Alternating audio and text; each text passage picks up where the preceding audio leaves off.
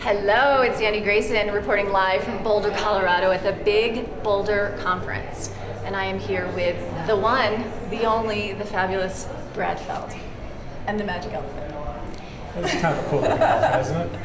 So tell us, big Boulder Conference. I've talked to some of the organizers. What's your take on it? How's it going? And what does it mean to people in Boulder and outside? Well, the conference is going great. You know, this is a conference at GNIP, which is a local Boulder company that's growing very fast, that I'm an investor in, put on with the goal of being a national big data, social data conference, which is the business that GNIP is in. And it's the first one, right? It's the first one.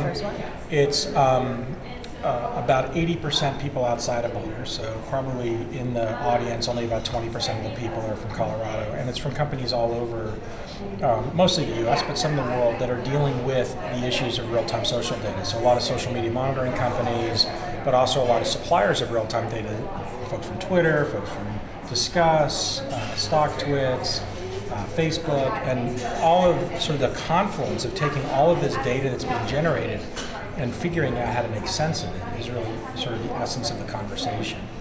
I think it's pretty awesome that this group is here. One of the things that's most powerful about a conference like this, which I've learned from other conferences that we've done in Colorado, we do a number of conferences with Eric Norland, Defrag, Glue, and Blur, is the main event is really what happens around the conference. So the conference is the excuse for getting everybody in one place. And once they're here, they're kind of hostage. They hang out for 2 days with each other. They go hiking, they go biking. They get to know each other, and they get to really have serious conversations about what they're doing, versus what happens in a lot of conferences, and the ones that I go to, where you show up and mobs of people that are not relevant, and then people are there for 2 hours to give their talk, and then they leave. And so the people that you want to actually interact with don't stick around. Whereas here, they're here for the full 2 days. And so you get this very, very intense set of conversations with everyone, not just around the customer side of the equation, or the data supplier side of the equation, but then the analysts from Forrester and others are sort of in the mix. And you get this sort of very forward-looking set of ideas that you wouldn't otherwise get, I think, if there were a lot of people doing flybys. So you're sitting around the table and people are actually not just networking, but coming up with new ideas. How are we going to use this? How can we work together? And it carries on. I mean, last night, people were talking about what they were talking about at 11 o'clock or 12 o'clock at night at the end of dinner. And you just know that those conversations got the next level below the surface. Right? It wasn't just I'm pitching you my shit, or you're trying to convince me of why this is the position, but now we're actually trying to solve the problem and figure out what's going on. And who knows what comes out of that, but generally it's plenty of good stuff. Right, and I know you travel a lot and go to a lot of these conferences, but I know one of your passions is kind of shining the spotlight on Boulder and showing people what an amazing community we have here, that right outside our door, all these startups that you're involved in a lot of them, but it's just kind of like this mini Silicon Valley thing happening, but maybe cooler. I would argue it's not a mini Silicon Valley thing. It's a Boulder thing. It's a Boulder thing. I mean, Silicon Valley is its own breed of special, and we're our own breed of special. And there's a dynamic here where there's an incredibly high density of startup activity in and around Boulder, and sort of on a per capita basis, the number of people that are founders of or working for startups is incredibly high. So you've got this intense energy around creating new stuff, and many of these companies are turning into fairly sizable businesses, 100 people, 200 people, 500 people, and starting to have some real influence in the various market segments that they're in. One of the things that's really cool about it is it's a very supportive environment.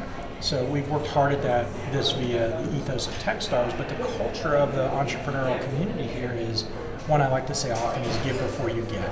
People are contributing and helping and supporting others without a clear sense of what they're going to get back from it. And they get something back. Most of the time they get back way more than they put in. That's called karma. It's called karma, but they don't ask first. They don't say, "Oh, I'd be happy to help you if." Right. Hey, yeah, sure, of course. Let's just dive in, and then you let it go where it goes. And I know you've experienced a little bit of that in terms of getting, sort of introduced and welcomed into the community. I think that's thanks to you. Thanks to but to lots of others. I think that's an essential part of what's going on here. And as a result, you get this sort of magnified effect of the collaboration between all the companies. And I think it's really powerful for a lot of the people who know of Boulder as a startup hub, but are coming in from New York or Boston or the Bay Area to a conference like this to really get immersed in it for a couple of days and be really exposed to it, not just culturally in terms of what the vibe is, but interact with a lot of people around. So what's your greatest vision of what could come out of these kind of events that are happening in Boulder? Yeah, I don't have a specific vision. I think that an important part of innovation is continually getting people together that are working on similar problems from very disparate places and companies and perspectives and geographies. So I think a necessary part of moving innovation forward is having these types of convening phenomena on a regular basis. But I don't have a singular goal that comes out of any of them. And part of it, I think, is the way I'm viewing it is a very long-term view. I mean, I'm looking out, the next 20 plus years, and I'm saying, this is a good thing. I don't know exactly what's going to happen in the next month, quarter, 6 month, year, 2 year period as a result of this event. Hopefully a year from now, we're hanging out talking about Big Boulder 2. And there's a new set of people that are here in addition to an old set of people. And if you go to DFRAG and ask Eric Norland about DFRAG year 1, he would have said, I just want to get a bunch of smart people in the room. Now you look at what he's thinking about for DFRAG year 6, he says, I want to have an experience where every single person that goes there said, this was the best experience I've had this year. Right, so you can kind of level up what you're trying to do as you do it, but part of that is you have to just keep doing it. You can't say, this is what it's going to be, it's going to be this. Right. And then we're done. So someone watching at home who, this is like an invite-only kind of special first event, if they wanted to make sure they were on that list for next year, the Big Boulder 2, what would they do? Well, if they wanted to be involved next year, they could send an email to me, Brad@Feld.com, and I'll forward it to the guys at GNIP and say, hey, here's a person that wants to be engaged in this, and I'm sure that it's not wait for a year, it's engaged now. In other words, if this is an area or topic that's interesting to you, let's figure out how to get you plugged into some of the people here. I think this year it was invite only because GNIP underwrote the event. It's not a conference where people pay to come. Right. And there's also a constraint. They wanted to try to figure out whether they could get the right mix of people in the room. And they exceeded all expectations certainly that I had, and I think that they had, and many of the people that showed up had. And so that sets the stage very clearly for next year. Very cool. And I asked, because I'm a layman, I'm not a tech startup myself, what does all this data, social information mean to me? And he said, well, it'll help you figure out what shoes you want to buy. Like, if I'm shopping shoes, they'll send me the sale. So for somebody watching that's like brand new, how's this going to affect us? Yeah, I think that's kind of how's it going to affect you at home? He knew I like my shoes. Yeah, so essentially the machines have already taken over. And we need to accept that as a species. The singularity, I keep hearing about just think about the amount of data we're generating on a daily basis about all kinds of things about us. And if you think about the science of analyzing that data and the function of marketing 30 or 40 years ago, go to the Mad Men, right? And think about the Mad Men function of marketing. The function was to influence your purchase behavior. I want to convince you that you want to buy this elephant. I do. Okay? But my job as a marketer was to influence your behavior. You look at today, we're telling the world what we want. We're broadcasting it continually, whether it's through things we do on Facebook or Twitter, or things we purchase online, or places that we go, or things that we check in, or the communication patterns we have with other people. All of that data is out there. And it's not just us as individuals, but it's sort of the broad aggregation of that across lots of different people. So what happens in a moment? All of a sudden, what's the sentiment that is linked to a particular event? What do people think about what's happening here? All of that data is being generated socially now. We're generating it. And it's not possible to look at it all as an individual and figure out what to do. So you need technologies for that. And many of these companies are, at the very beginning stages of doing that in a way that keeps up with the amount of data being generated.